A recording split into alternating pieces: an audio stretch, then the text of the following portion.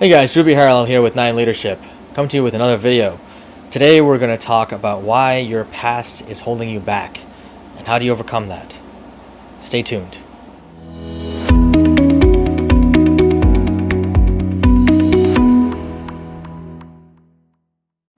Before we get started guys, please hit the like button and hit subscribe if you want to get notified of future videos, and hit that bell. And don't forget to leave a comment later after the video. If you have any questions or comments, I'd love to hear from you guys. So today we're talking about why your past is holding you back.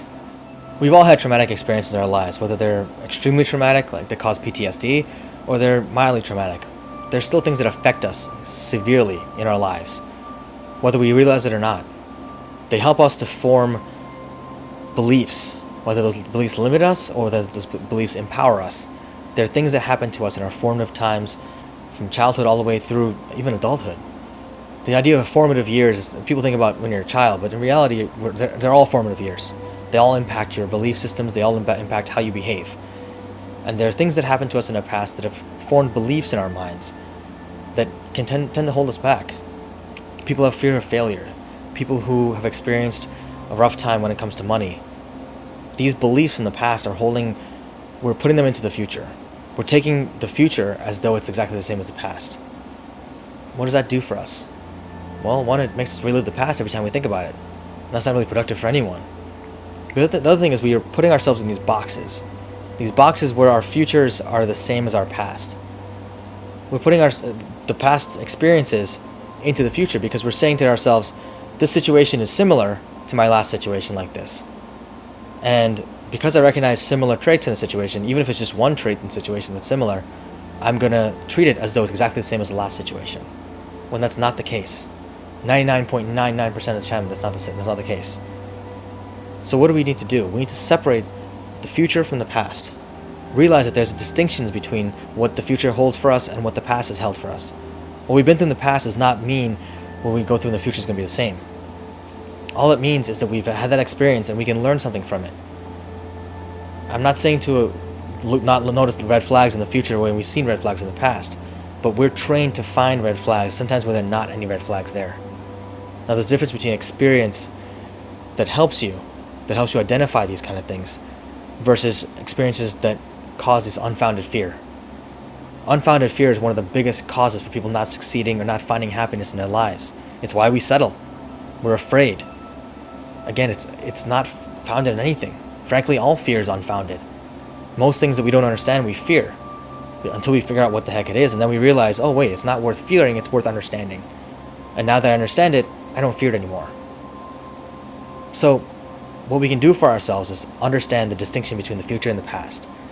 Find things that are different from the past, from your past, from what you've experienced in the past.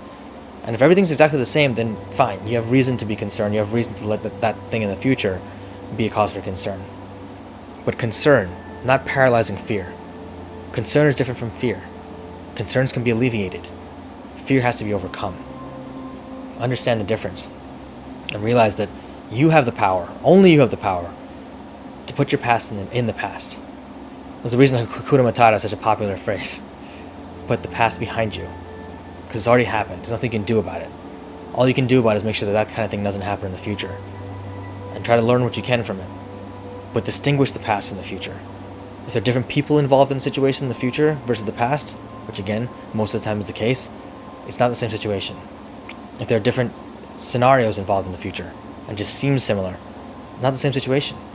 They're different organizations, different partners, different situations all together. Find the differences and really analyze and understand for yourself whether this is a real situation that's exactly the same as the last one, or is it different. And then ask yourself, is it fair to take that last situation and apply that logic to this situation? Was that an outlier, or is this the outlier? These are all things you can do for yourself to really take time and analyze situations and not let fear drive you. Now sometimes there's a reason to be afraid, sometimes there's legitimate cause for concern and cause for you not to want to take a step forward in a particular direction. But that doesn't mean you freeze. You find a different direction to go. You find another way to get to your goal. I've said in previous videos already that there's always more than one path to a goal. So find the path that fits you. It may not be the direct path, but there is a path, at least one, if not 50. So find that path. Create the future for yourself that you want to create. Don't let fear hold you back. You have the power to overcome that fear. And if you need help, talk to a psychiatrist, psychologist, or even a coach to help you overcome that power. Move forward into the future. Move forward into the future that you want, that you can create. Thanks again, guys, for taking the time to watch the video today. Hope you enjoyed it.